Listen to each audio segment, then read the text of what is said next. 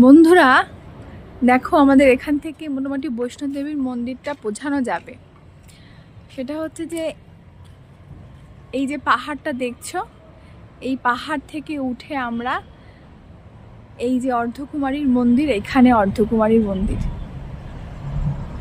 মানে হাফ রাস্তা গিয়ে আমরা পৌঁছালে এই মন্দিরটা পাবো। সেটা হচ্ছে অর্ধকুমারীর মন্দির। অর্ধ হলো, অর্ধেক হলো, তার মানে এখানে একটা মন্দির পাওয়া যাবে। এখানে একটা মন্দির আছে, এটা হচ্ছে অর্ধকুমারীর মন্দির। তার ঠিক ঠিক সেই রকমই ডিস্টেন্সে আবার আমরা একই ডিস্টেন্সে আবার আমরা গেলে আমরা বৈষ্ণোদেবী মন্দিরটা পাবো। সেটা হচ্ছে এইখানে এইরকম জায়গাতে, এইরকম এই যে সাদা অংশটা দেখতে পাচ্ছ উপরের দিকে, এই অংশে গেলে আমরা বৈষ্ণোদেবীর মন্দির দেখতে পাওয়া যাবে।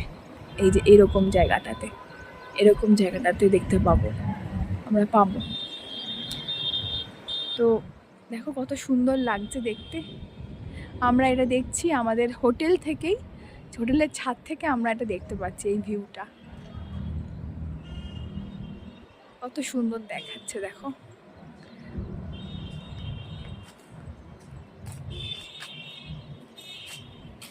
আকাশটাও অপূর্ব লাগছে দেখতে।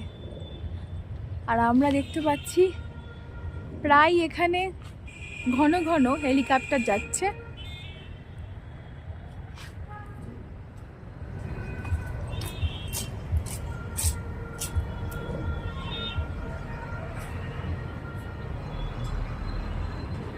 হেলিকপ্টার এখানে যাচ্ছে, সেই হেলিকপ্টারগুলো আপ ডাউন করছে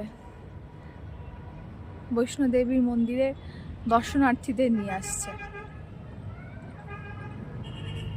এরকম দেখতে থাকো, একটার পর একটা আমরা ভিডিও ছাড়তে থাকবো। মাতা বৈষ্ণোদেবীর দর্শনের জন্য আমরা মন্দিরে যখন যাব তখন তোমাদেরকে আরও কিছু শেয়ার করব। সম্ভবত বৈষ্ণোদেবীর মন্দিরে ফোন অ্যালাউ নেই, যদি অ্যালাউ থাকে তোমাদের নিশ্চয়ই দেখাবো।